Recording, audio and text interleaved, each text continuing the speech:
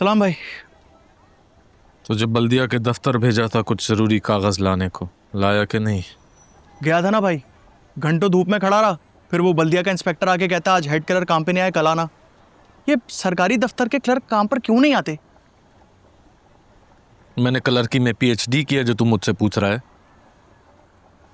यहाँ सब अपनी मर्जी के मालक है।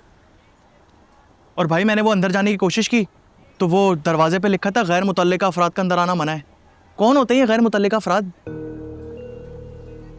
तेरे और मेरे जैसे छोटे लोग जिनके टैक्स से और उनकी खिदमत के नाम पर बड़े बड़े सरकारी और प्राइवेट दफ्तर बनते हैं और बाद में इन्हीं लोगों का वहां पर दाखिला ममनू करार दे दिया जाता।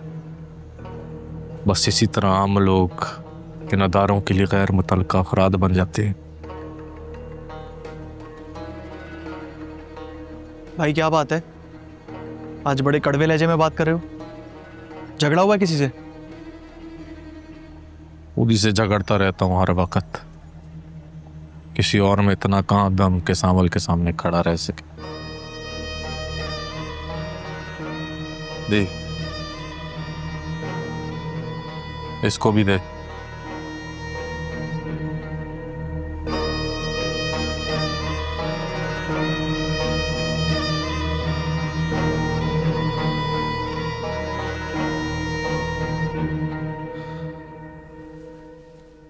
भाई तुम उस्तानी जी वाले मामले की वजह से परेशान हो ना? हाँ, लेकिन इस मूसा उर्फ सेठ दाऊद से इतने घटिया पाने की उम्मीद नहीं थी मुझे। मर्द है तो मर्दों की तरह मुकाबला करे ना, ये छुप कर औरत पे क्यों वार कर रहा है? जिसका जितना ज़र्फ होगा वो उसी तरीके से लड़ेगा। लेकिन अच्छा ही है, इसमें भी हमारा ही फायदा है। कैसा फायदा? उस्तानी जी के सामने दोनों बाप बेटे की हैसियत खुलती जा रही है। उसका दिल उस हीरो से वैसे ही बुरा हो चुका है बहुत। हमारे तो रास्ते का कांटा हट गया ना, हमें कुछ करना ही नहीं पड़ा, हमारा ही फायदा है। हाँ।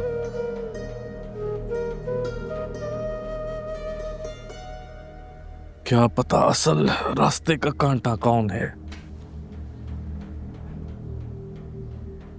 आले यार या मैं खुद।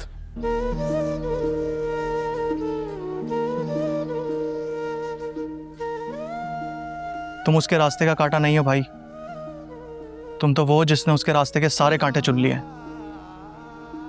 और ये बात वो भी अच्छी तरीके से जानती है।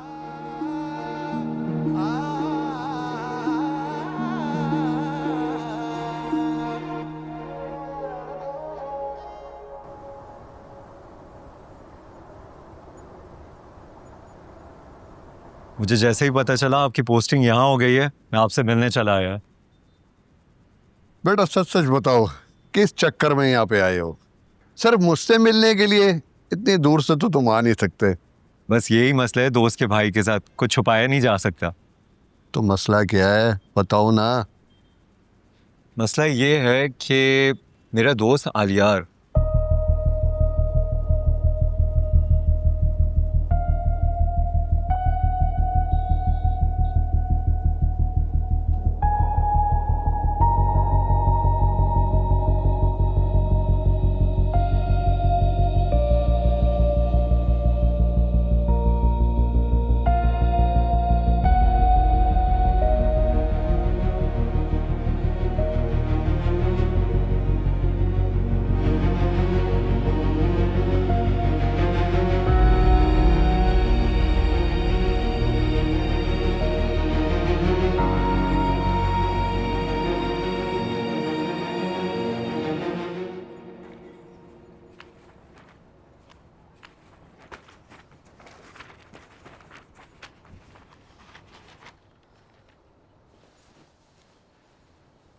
हो गई तुम्हारी तैयारी?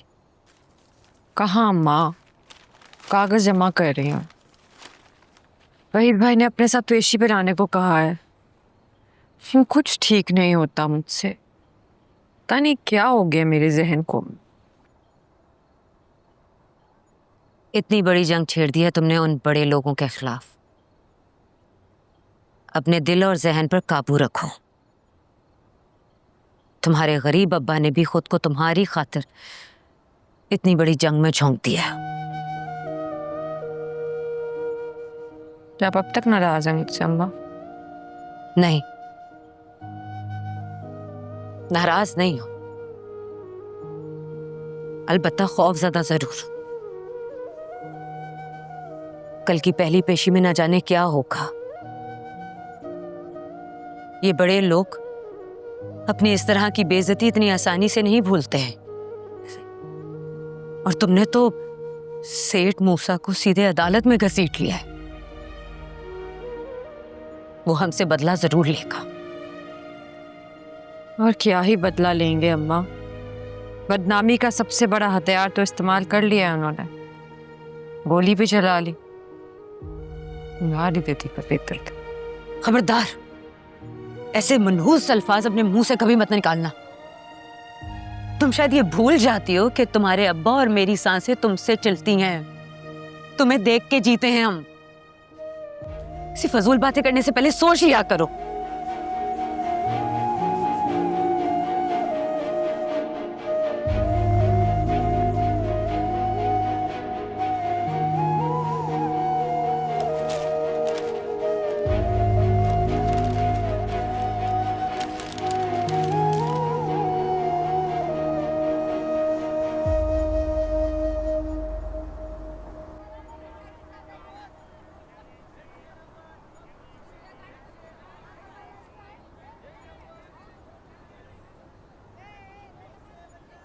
भाई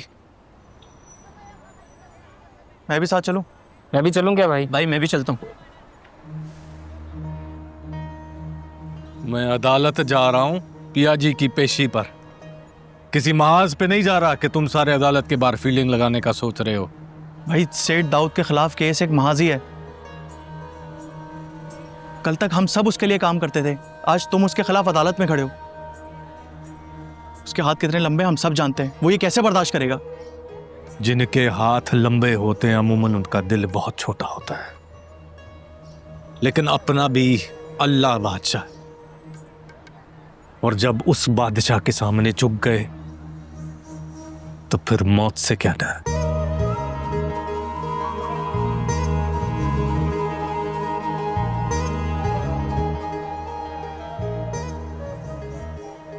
मेरी फिक्र करना छोड़ दो। वैसे भी मेरे बात सब तुमने ही संभालना है। बड़ा शौक था ना भाई बनने का। भाई आइंदा ऐसी बात नहीं करना।